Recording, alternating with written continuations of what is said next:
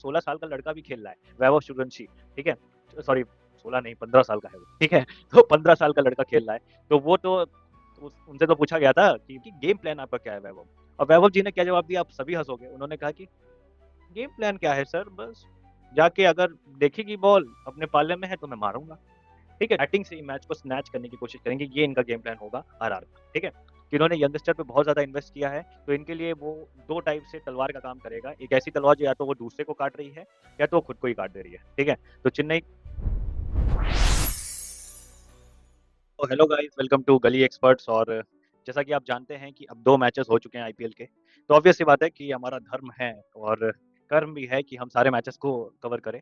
तो जो तीसरा मैच है, जो कि आज है सीएसके वर्सेस राजस्थान रॉयल्स का, ठीक है? 2 जायंट टीमें नहीं कह सकते हो, सीएसके तो ऑब्वियस सी बात है एक जायंट टीम रही है।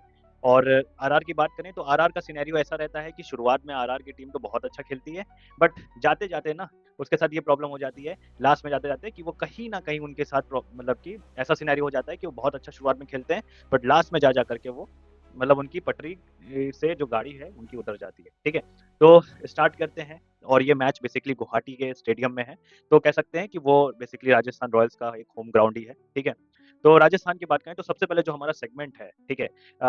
सीएसके और आरआर के बीच में वो है इनका गेम प्लान, ठीक है? सीएसके के लिए एक बहुत ही बुरी न्यूज़ है कि जो कप्तान साहब हैं थाला महेंद्र सिंह धोनी, वो अब नहीं खेल रहे हैं, ठीक है? क्योंकि उनकी शायद एक टाइप का स्ट्रेन आ गया है बॉडी में, जिसकी वजह से वो 2 हफ्ते के लिए पहले कहा जा रहा था कि बाहर रहेंगे, ठीक है? और वो मिस करेंगे गेम जो कि एल क्लासिको बन गया है आईपीएल का, आरसीबी वर्सेस सीएसके का। बट ऐसा लग रहा है कि अब वो 6 हफ्ते के लिए बाहर होंगे और शायद वो second half of the IPL में खेलें, ठीक है? तो सिंपल सी बात है कि अगर ऐसा है तो Sanju Samson will be keeping the wickets, वो तो कीप ही करेंगे, ठीक है? तो अगर हम बात करते हैं तो चेन्नई की गेम प्लान की अगर हम बात करें, तो चेन्नई की जो गेम प्लान है इनकी, वो ज़्यादातर रिवॉल्व करती है इनके एक्सपीरियंस प्लेयर्स के अराउंड, ठीक है? जैसे ऋतुराज गायकवाड़ हैं, ठीक है? नूर अहमद हैं, संजू सैमसन हैं, ठीक है? और डेवॉल्ट ब्रेविस तो कल शायद नहीं खेल रहे हैं, ठीक है? मतलब आज नहीं खेल रहे हैं। तो मुझे ऐसा लगता है कि उनकी जगह पे भी कोई बढ़िया हिटर और ये ले सकते हैं, ठीक है? इन्होंने एक अच्छी चीज़ ये की है कि इन्होंने यंगस्टर पे बहुत ज़्यादा इन्वेस्ट किया है, तो इनके लिए वो 2 टाइप से तलवार का काम करेगा। एक ऐसी तलवार जो या तो वो दूसरे को काट रही है, या तो वो खुद को ही काट दे रही है, ठीक है? तो चेन्नई के लिए ये ऐसा सिनेरियो बन सकता है।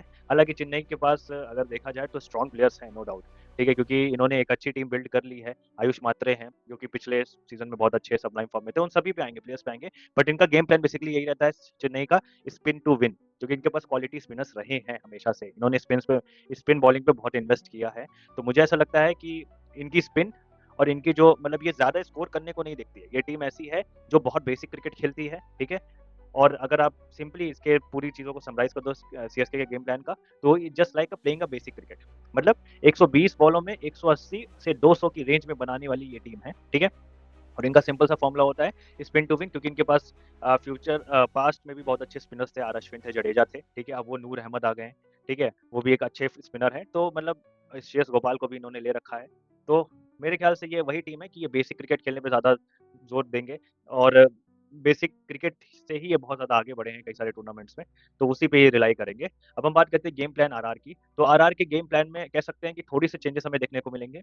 इट्स जस्ट लाइक कि वो थोड़ा-सा आक्रामक क्रिकेट खेलने की ज़रूर कोशिश करेंगे, क्योंकि कप्तान तो ब्रियान पराग हैं, ठीक है? तो जडेजा का इंक्लूज़न होना, ये बहुत बड़ी बात है राजस्थान के अंदर। और दूसरी चीज़ हम ये भी कह सकते हैं कि यार मतलब एक बार के लिए सोचा जाए ना, तो 16 साल का लड़का भी खेल रहा है, वैभव सूर्यवंशी, ठीक है? सॉरी 16 नहीं 15 साल का है वो, ठीक है? तो 15 साल का लड़का खेल रहा है, तो वो तो उनसे तो पूछा गया था कि भाई क्या करना है? जैसे एक वाकया बता रहे थे संजू सैमसन वहाँ पे कि उस बंदे से पूछा गया कि जैसे पहला मैच होता है ना, जैसे आपका ही अगर पहला मैच हो, मेरा पहला मैच हो, अपने किसी भी फ्रैंचाइज़ के लिए, तो एक नर्वसनेस तो होती है ना कि मैं अच्छा परफ़ॉर्म कर पाऊँगा कि नहीं कर पाऊँगा। तो उसमें द्रविड़ साहब ने संजू सैमसन से पूछा था कि हम आज आज चल के उससे बात कर लेते हैं। पहला गेम वो खेल रहा है, 14 साल का है, ठीक है? तो एक प्रेशर वाली सिचुएशन तो होती है। तो उन्होंने जाकर के उनसे बोला कि गेम प्लान आपका क्या है वैभव?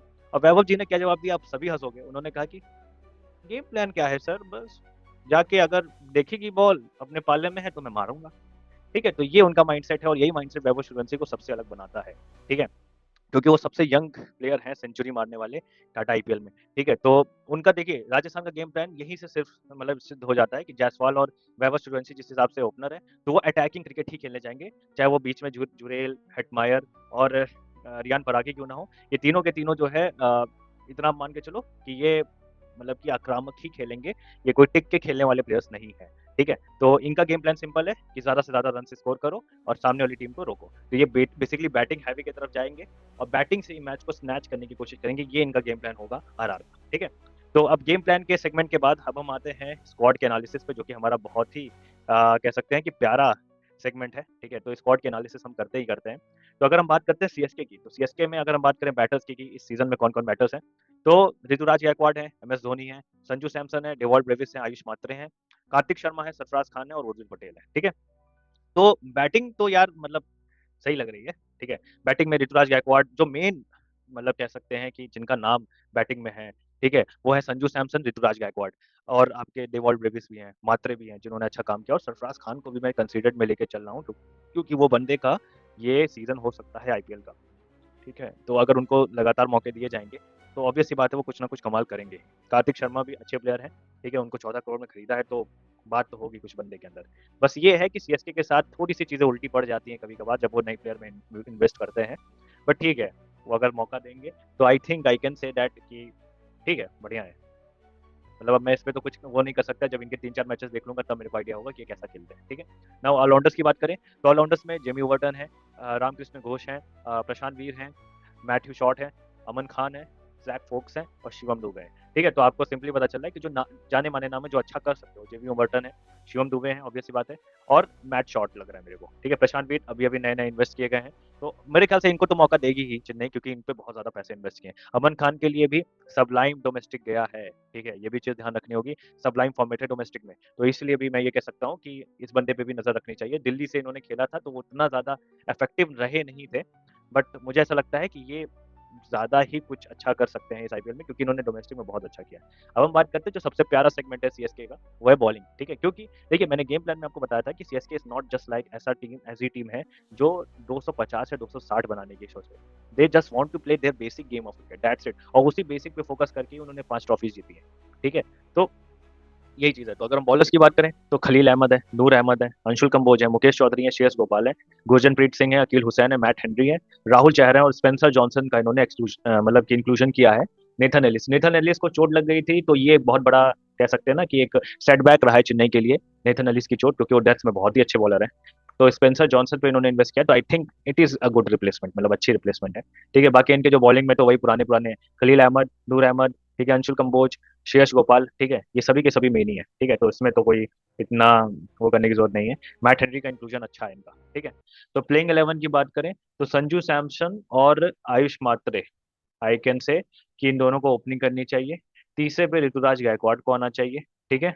चौथे पे अगर आप मेरे से पूछो कि चौथे पे किस बंदे को आना चाहिए, तो चौथे पे मैं ये कहूंगा कि अभी तो ऑब्वियस सी बात है कि ब्रेविस साहब है नहीं, तो चौथे पे सरफराज खान को मैं सोच रहा हूँ कि मौका देना चाहिए, क्योंकि वो बहुत ही अच्छा खेले। 5वें नंबर पे अगर कोई बंदा है जिसको मौका मिलना चाहिए वो है शिवम दुबे, क्योंकि उनको देखो शिवम दुबे को ऊपर उतारना चाहिए इनको, ठीक है, क्योंकि अब वो बहुत ही अच्छे प्लेयर बन चुके हैं, ठीक है। तो ऑब्वियस सी बात है उनको उतारना ही चाहिए। 6ठे नंबर पे अगर आप किसी को देख रहे हो तो मुझे ऐसा लगता है कि 6ठे नंबर के लिए बेस्ट कार्तिक शर्मा रहेंगे, ठीक है। 7वें नंबर के लिए प्रशांत वीर, 8वें के लिए जेमी वर्टन, ठीक है। 9वें के लिए मैं कहूंगा कि मैट हेनरी, ठीक है।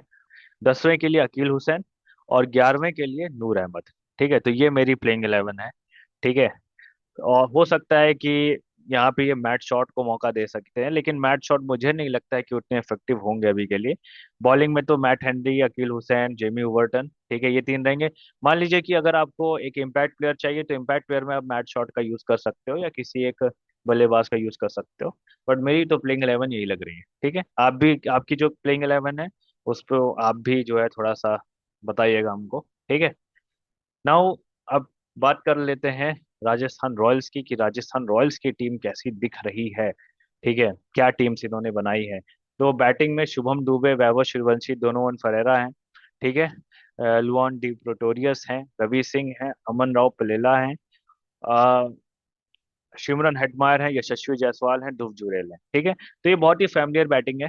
बस इन्होंने इंक्लूजन किसका किया है, प्रेटोरियस का किया है, और मान के चलिए कि अमन राव पलेरा हैं एक प्लेयर है उनका किया है, बाकी तो इनकी तो सेम लग रही है। रवि सिंह पे भी इन्होंने इन्वेस्ट किया है। ऑलराउंडर्स की बात करें रियान पराग है, युजवेंद्र सिंह चरक हैं, रविंद्र जडेजा हैं और दाशुन शनाका है। दाशुन शनाका की मैं अगर बात करूं तो पता नहीं क्यों यार आईपीएल की टीम इनको लेती क्यों नहीं है। यार ऐसा हिटर जो कि इतना लॉन्ग लीवर्स वाला हो, मतलब आप ये सोचो जेसन होल्डर को तो आप ले लेते हो पर दाशुन शनाका को क्यों नहीं लेते हो। बहुत ही अच्छा बहुत ही अच्छा प्लेयर है ये, लिटरली बहुत ही अच्छा प्लेयर है। तो ये बहुत ही अच्छा काम किया इन्होंने जो इनका इंक्लूजन कर लिया। सैम करन की एकदम लाइक टू लाइक रिप्लेसमेंट है ये। ठीक है। अब लेकिन हाँ, डेथ बॉलिंग थोड़ी सी हो सकती है कि पीछे हो, बट ठीक है। अब बॉलर्स की बात करें, जोफ्रा आर्चर है, तुषार देशपांडे हैं, मखफाका है, रवि बिश्नोई है, सुशांत मिश्रा है, यश राज पुनिया है, विघ्नेश पुथुर है, ब्रिजेश शर्मा है, एडम मिलने हैं, कुलदीप सेन है, संदीप शर्मा है और नांद्रे बर्गर है। ठीक है। तो अगर मैं आपको बताऊं तो आपको हंसी होगी, लगेगी, लेकिन इन्होंने 12 बॉलर्स लिए हैं। 12 बॉलर्स, ठीक है, प्योर बॉलर्स। और इनके जो बैटर्स हैं वो 9 हैं। ठीक है, और ऑलराउंडर्स इनके 4 हैं। तो इन्होंने बॉलिंग पे तो बहुत हाईली इन्वेस्ट किया है भाई साहब। ठीक है, इनके स्क्वाड को देख के लग रहा है। तो सही है, बढ़िया है, ऐसा कोई वो नहीं है, इशू नहीं है। तो अगर मैं बात करता हूँ इनकी प्लेइंग 11 बना देते हैं, चलिए फटाक से। तो देखिए, वैभव सूर्यवंशी और यशस्वी जायसवाल, ये दोनों तो रहेंगे ही रहेंगे। ठीक है। और फिर तीसरे नंबर पे अगर आप भेजोगे तो मैं तीसरे नंबर पे भेजूंगा रियान पराग को। ठीक है। ठीक है, हाँ। चौथे नंबर पे ध्रुव जुरैल को भेजूंगा, पांचवें पे मैं भेजूंगा यशस्वी जायसवाल को। ठीक है। छठे पे मैं भेजूंगा डोनोवन फेरेरा को, क्योंकि एक हिटर चाहिए। सातवें पे रविंद्र जडेजा आएंगे। आठवें पे अगर आप बात करोगे तो विघ्नेश पुथुर को मैं भेजूंगा। नौवें पे जोफ्रा आर्चर, 10वें पे संदीप शर्मा और 11वें पे नांद्रे बर्गर। तो ये मेरी मतलब प्लेइंग 11 है। ठीक है। मतलब इससे पता नहीं आप संतुष्ट हो गए कि नहीं हो गए, बट मुझे तो ऐसा बेस्ट प्लेइंग 11 यही लग रही है। जहाँ पे फॉरेन प्लेयर्स की अगर बात करूं तो कुल मिलाकर के मैंने सिमरन हेटमायर को नहीं लिया है, बट ऑब्वियस ये बात है सिमरन हेटमायर को लेंगे ही लेंगे। तो सिमरन हेटमायर को आप, चलिए आप सिमरन हेटमायर को इंक्लूड करके किसी को आप इम्पैक्ट प्लेयर में डाल देना, बट इसी के अराउंड ही रहने वाली है टॉप 11। ठीक है। तो हमने गेम प्लान की बात कर ली।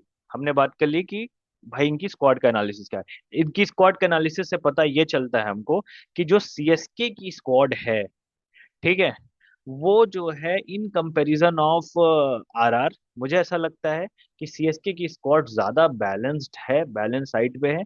क्यों? क्योंकि उनके पास बैटर्स अच्छे हैं। ठीक है, उनके पास बैटर्स अच्छे हैं, इनके पास भी बैटर्स बहुत अच्छे हैं। तुम कहोगे यार कि कैसे हो सकता है, ये बैटर्स क्यों नहीं है, इधर क्यों नहीं बैटर्स है।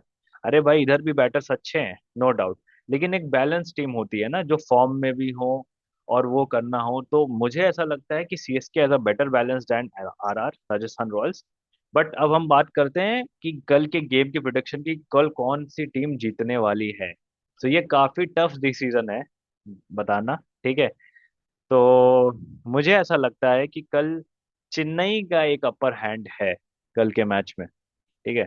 कल के मैच में चेन्नई मेरे ख्याल से आरआर को हरा रही है। ये हमारा मैच प्रेडिक्शन का सेगमेंट है, तो चेन्नई मुझे लगता है कि आरआर को हरा रही है और 2 पॉइंट्स लेके जा रही है।